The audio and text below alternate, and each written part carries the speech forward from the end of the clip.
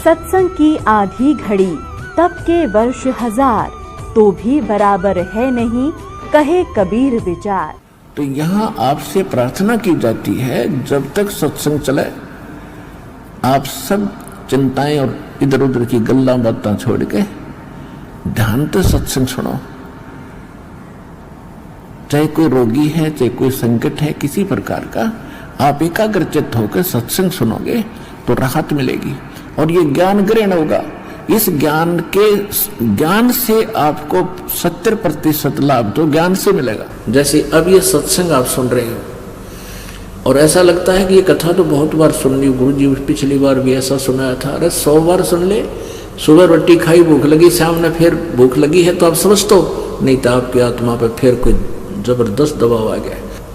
पुण्यात्मा परमात्मा की महिमा को सुनना और उच्चारण करना है, एक बहुत ही पुण्य होता है। सुनाने वाला प्यार से सुनावे, कसक के साथ सुनावे और सुनने वाला श्रद्धा से सुने तो बहुत पुण्य प्राप्त होता है। बहुत से ऐसे पाप हमारे हैं जो परमात्मा की महिमा सत्संग सुनने से ही समाप्त होते हैं। जैसे प्रथम बार कोई प्राणी सत्संग में आता है, वो 10-20 मिनट सत्संग सुनता है, फिर लटके आन लग जाते हैं या उठकर चला जाता है या बीड़ी पीना याद आ जाती है। सत्संग पहले क्या देखा करते हैं हम, खैर हम यहाँ तो पूरा प्रतिबंध लगाते हैं कि यहाँ कोई बीड़ी शराब मांस तंबाकू छू नहीं सकता। पहले क्या देखा करते हैं, सत्संग होता, लोग बाहर जा बीड़ी छुट्टे मारते, फिर आगे बैठ जाते। जो नाम ले रहे वह भी किसी औरों के सत्संगों में पूरा ड्रामा था। तो कारण क्या है कि कबीर परमेश्वर जी कहते हैं कि कबीर पिछले पाप से हरि चर्चा ना सुहावे और कह ऊँगे कह ओठ चले ना और बात चलावे। जिस प्राणी के पाप गणे बढ़ रहे हों,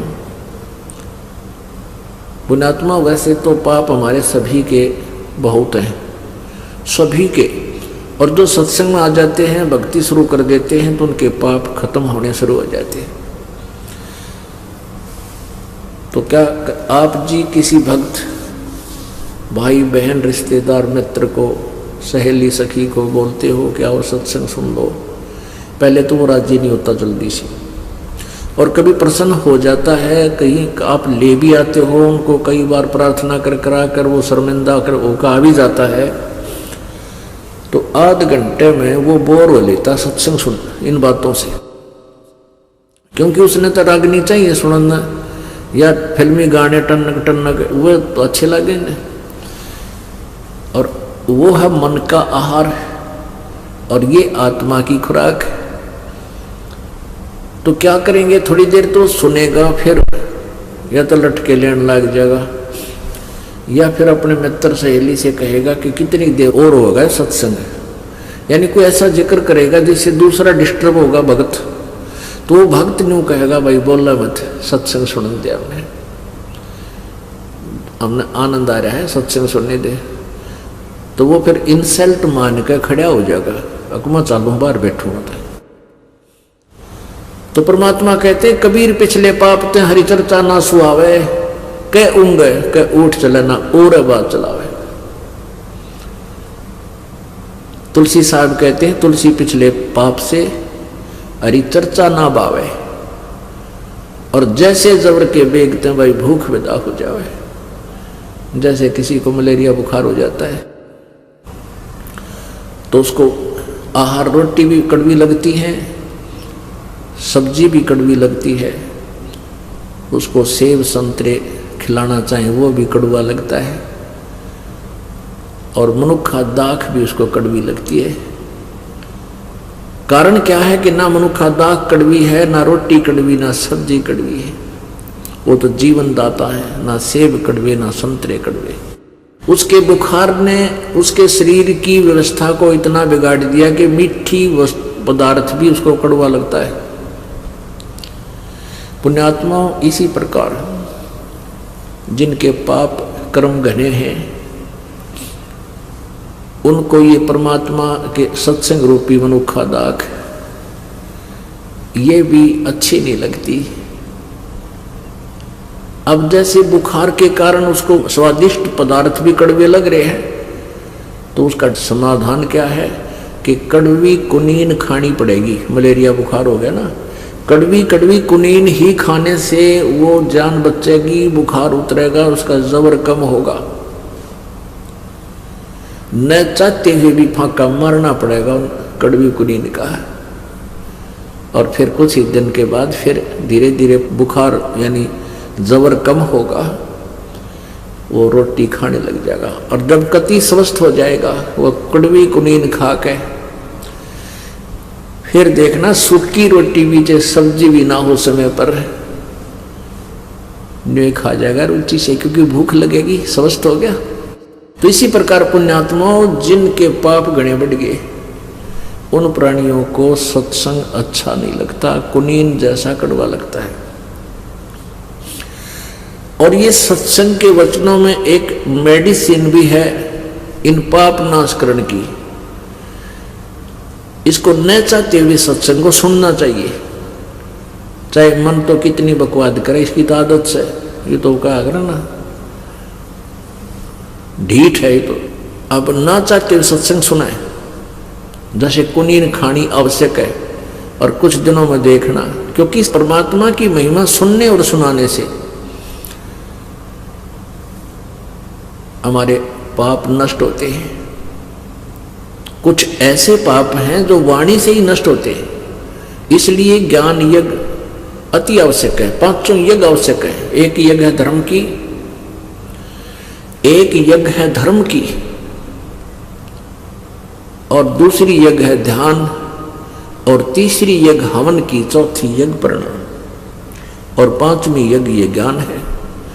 एक यज्ञ है धर्म की, यानी यहां पर पांचों यज्ञ होती हैं प्रत्येक समागम में।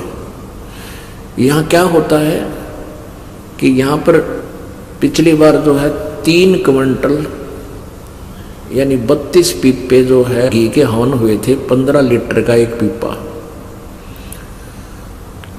यानी 3 क्विंटल का घी का, देसी घी का हवन हुआ।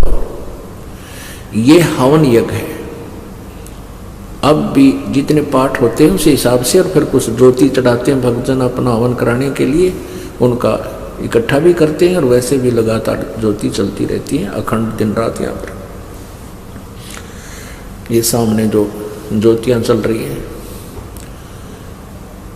जैसे 300 पाठ हो गए तो 1 किलो का 3 दिन में हवन हो जाता है। तीनों दिन अखंड हवन चलेगा। तो ऐसे 300 पाठों की 300 किलो जो है ना घी हम हवन करते हैं, तो 3 क्विंटल घी हवन हो जाता है एक समागम में। 1 महीने में 6 क्विंटल। तो कहना है एक यज्ञ है धर्म की, जहाँ भंडारा चलता है, दिन रात भंडारा अखंड, चाहे रात ना आ जाओ को दुखी सुखी भक्त यहाँ पर पहुँच जाओ मालिक के दरबार में। आधी रात में चाय चाहिए चाय मिलेगी, दूध चाहिए दूध मिलेगा, कोई बीमार शिमार रहता है, और भंडारा भोजन मिलेगा।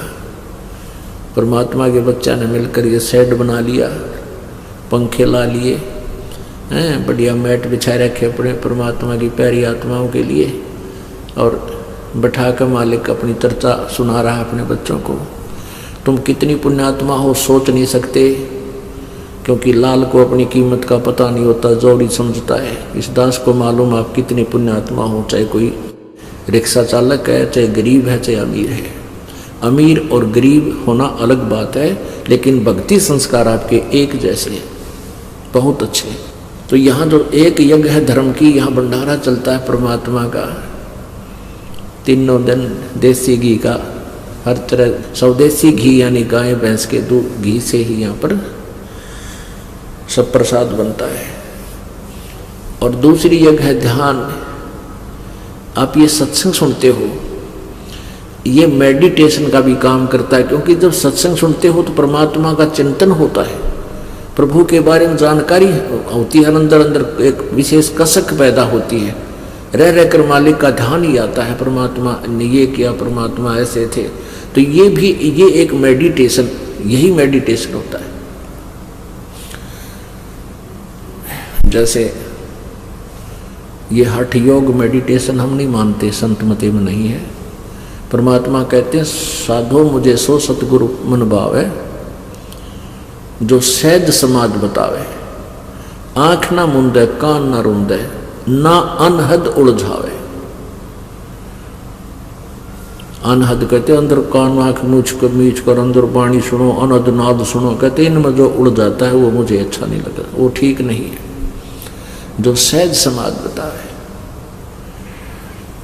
सहज समाज कैसे होती है? जैसे हाली बीज धुन और पंथी से बतरावे, और वह में खंड पड़े नहीं, ऐसे ध्यान लगाओ। It is meditation.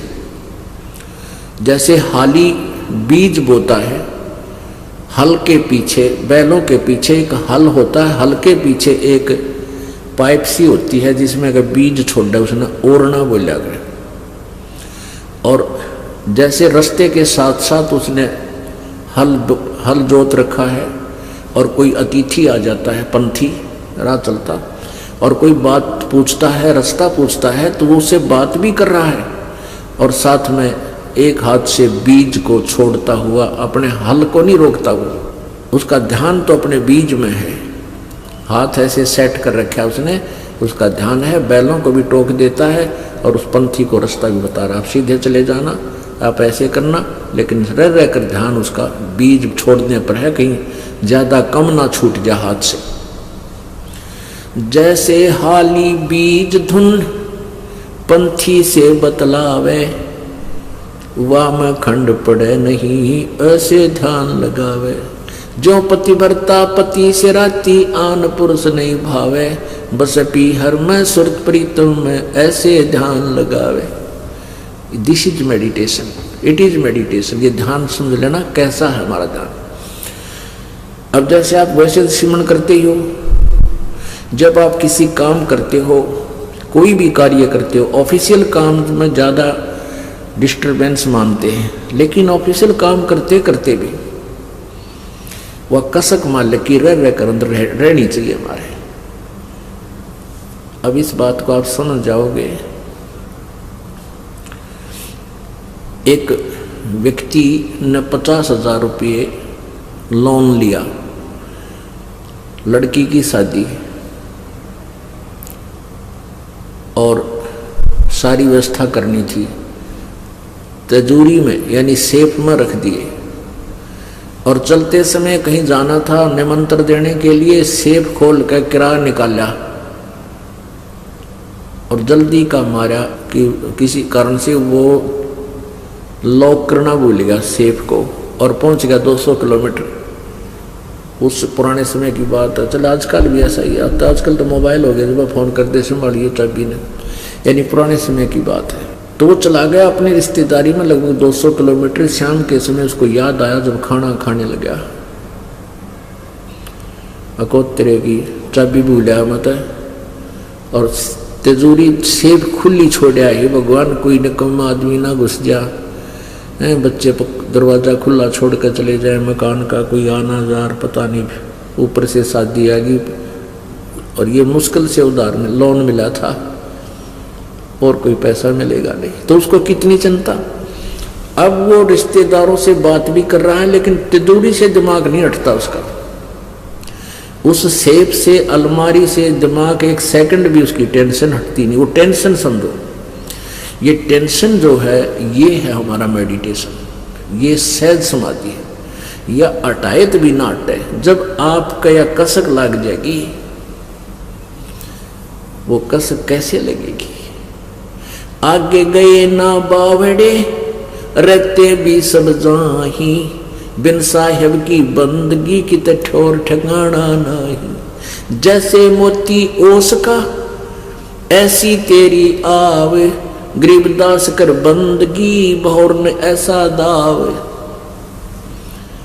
अब परमात्मा की बारे में जब हमारे हृदय में यह जगह बन जाएगी कि ना तो मनुष्य जीवन बार बार मिलेगा, और मनुष्य जीवन मिल गया तो ज्ञान नहीं मिले कि मनुष्य जीवन चाटाएंगे खाम, वो तो फिर एक पशु जैसा धंधा थे, असंख्य बार जन्म हो जाए मनुष्य का, जैसे मोक्ष नहीं हुआ, परमात्मा प्राप्ति नहीं हुई। तो आपके अंदर एक विशेष कसक बनेगी। और ये कसक जो है, जैसे आप कोई ऑफिशियल काम भी करते हैं तो भगवान की भूल नहीं पड़ सकती। भले ही सिमरण नहीं हो सकता, लेकिन वो चिंतन नहीं छूट सकता। परमात्मा की याद भगवान ने, ऐसा है वेदों में ऐसा लिखा है। ये रह रहकर हमने तो एक ऐसा माहौल बनाना है, एक ऐसा रूटीन बनाना अपने दिमाग का कि ये बकवादा तटके भगवान के चरणों में ही लगा रहे। ये मान की वाणी याद आने लग जाएंगी जब आप कोई रिटर्न कार्य करते हो। सुखदेव ने 84 भुगती बना पजावे खरवो, तेरी क्या बुनियाद पुरानी तू पेंडा पंथ पकड़वो। कि इस तरह की बातें याद आवेंगी कि सुखदेव जैसे ऋषि भी सत साधना ना करने से गधा बना कुमार के माटी डोई, और परमात्मा कहते तेरी क्या बुनियाद पुरानी तू पेंडा पंथ पकड़ो। पेड़ा माने पंथ माने वे ऑफ वर्शिप, पूजा की विधि, पूजा का मार्ग, ये अकॉर्डिंग टू द शास्त्र, ये पकड़। तेरी क्या बुनियाद है, तू अटपट करने लग रहा है, अपनी मन मर्जी से साधना कर रहा है। तो कहने का भाव ये है पुण्यात्माओं, परमात्मा की जो वाणी कहते हैं, एक यज्ञ है धर्म की, दूसरी यज्ञ है ध्यान, और तीसरी यज्ञ ये हवन की। अब हवन कैसे करते देखे हमने, ये भट्ट बाड़ा करते, गेर का लकड़ी बड़ा कुंड बना लेते, उसमें गेर का लकड़ चंदन का लकड़ी और स्वाहा स्वाहा लोटे पर गेरे, उनका गुणा घर तक पड़ा हुआ था, गिरनिये थे। अब उस लकड़ी के द्वारा हवन करने से लकड़ी भी जलती है, लकड़ी से कार्बन डाइऑक्साइड पैरेलल बराबर बनती जा रही है। और हम हवन कैसा करते हैं, एक 100 ग्राम, इसमें मेरे ख्याल में 100 ग्राम रुई नहीं लगी हमारी इन ज्योतिया में, ज्योति जला रखी, और इसमें अब के लगभग 2.5 क्विंटल से भी ज़्यादा हवन होगा। पिछली बार 3 क्विंटल और 30 किलो किया था हवन, तो मुश्किल से 200 ग्राम 150 ग्राम जो है ना रुई लगी होगी, और 3 क्विंटल से भी 30 किलो ऊपर हवन हो गया। और जब लकड़ियां तो करवन मान 1 क्विंटल गेला लकड़ी जो फूकनी पड़े इनमें, तो वो कार्बन डाइऑक्साइड साथ में। तो परमात्मा ने जो तरीका बता रखा है कि एक ज्योति लगा दो, हवन हो रहा है। हवन घी के प्रज्वलित होने से ही हवन होता है। भगवान की चर्चा कभी करो, किसी समय करो, वो अलग है, वो ज्ञान चर्चा है। तो तीसरी यज्ञ है हवन की, या हवन भी होता। चौथी यज्ञ प्रणाम। एक प्रणाम करने से भी एक यज्ञ का पुण्य आपको प्राप्त होता है, पर हृदय से जो देखा देखी नहीं लौटना है कि सारे लौटे हैं मैं भी लेट जाऊं, प्रणाम करना है ना, बूंदा सा लगूंगा एकला खड़ा रहा था, ये को प्रणाम नहीं है, उसका अकाउंट नहीं होगा। कहते हैं जय गोपाल दंडवत करो, चाहे पैरा पड़ प्रणाम, पर दुआ करो दिल पाक से, वो असला असल सलाम। जब प्रणाम करो दिल पाक से, पवित्र हृदय से, सच्चे दिल से, अपना परम कर्तव्य जानकर, इस मिट्टी को मिट्टी जानकर, और प्रणाम करो, इससे अभिमान खत्म होगा। अभिमान जीव का सबसे बड़ा शत्रु है। जब तक हमारे अंदर अहंकार है, भगवान निकट नहीं आ सकता। और हमने चाहिए भगवान से किसी प्रकार मिल रहे, हमने तो परमात्मा के लिए कमर कसी है, फिर उसमें अग्रम अग्रम किसा। जो बच्चा मिलिट्री में भर्ती हो गया और वहां जाकर वो सारी रिहर्सल करवाते हैं, उससे सारे ऐसे कोनियों के बल भी चलवाते हैं, रस्सों पर भी कुदवाते हैं, ऐसे पकड़ कर भी ऊपर, यानी सारी प्रैक्टिस कराते हैं ताकि मार ना खाओ बालक। कभी आमना सामना होगा जो शत्रु थे, जो हर दाव लगा ले, सब तरह ट्रेंड हो। तो दास भी आपको यहाँ ट्रेंड करना चाहता है कि जब काल के साथ आपका आमना सामना होगा, यानी यहाँ से हम जब चलेंगे तो आप मार ना खा जाओ। अब जब फौज में भर्ती होए गया तो फिर नखरे किसे भाई, सारी क्रिया करनी पड़ेगी। वहाँ अपनी ना चले। तो ऐसे यहाँ भी आपने प्रवेश पाए लिया तो हमने हर तरह से अपने आप को ढालना पड़ेगा जो परमात्मा के नियम है, तभी हम सही सिपाही होंगे, तभी हम सही भक्त होंगे। तो पुण्यात्मा, 5वीं यज्ञ है ज्ञान की। अब ये ज्ञान यज्ञ जो आपका चल रहा है, सत्संग रह रह कर सुनाया जाता है, इसका बहुत पुण्य आपको मिलता है। और हमारा कोई सिर में दर्द नहीं, 4-4 घंटे 5-5 घंटे सत्संग करूँ दिन में, और फिर आप जी से साथ आपसे मिलता हूँ, कुशल मंगल पूछता हूँ।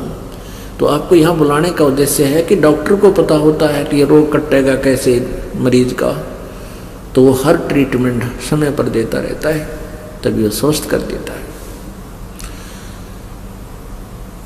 तो ये ज्ञान यज्ञ है। तो कहते हैं तुलसी पिछले पाप से हरि चर्चा ना बावे, अच्छी नहीं लगे, और जैसे जबर के बेगते भूख विदा हो जाए। कुछ ऐसे पाप हैं जो सत्संग के श्रवण करते हैं या शारीरिक सेवा करने से ही समाप्त होते हैं, उनका और कोई विकल्प नहीं। तो फिर क्या होगा कि कुछ दिनों के बाद आपने इतनी भूख लगेगी, आप डटे नहीं डटो। वही व्यक्ति जो पहले आध घंटा भी नहीं सुन सका था माल्य की वाणी को, अब वो ना सोचा 2 घंटे के बाद भी आगे और क्या बताओगे गुरुजी, कौन सी कथा सुनाओगे। तो ये भूख लगी, आप स्वस्थ, आपकी आत्मा स्वस्थ होगी। और आपके मन में मान ले कभी भी साल में 2 वर्ष में ये आने लगा कि ये कथा तो मैंने सुन रखी है, गुरुजी ने फिर वही सुना दी, तो समझो आप फिर अस्वस्थ हो गए, आपके ऊपर कोई कर्म की मार ज़्यादा होगी। अब जैसे सुबह रोटी खाई थी आपने, रोटी वही है, सब्जी फिर बदल हो सकता है थोड़ा बहुत, और सुबह भूख लगी और शाम को फिर वही रोटी। अगर आपने ये लगा कि ये रोटी तो खाई नहीं थी सुबह, यानी अरुचि होगी आपकी, तो समझो आप फिर बीमार हो लिए, आपके कहे तो बदहजमी होगी या कोई बुखार घेरने वाला है।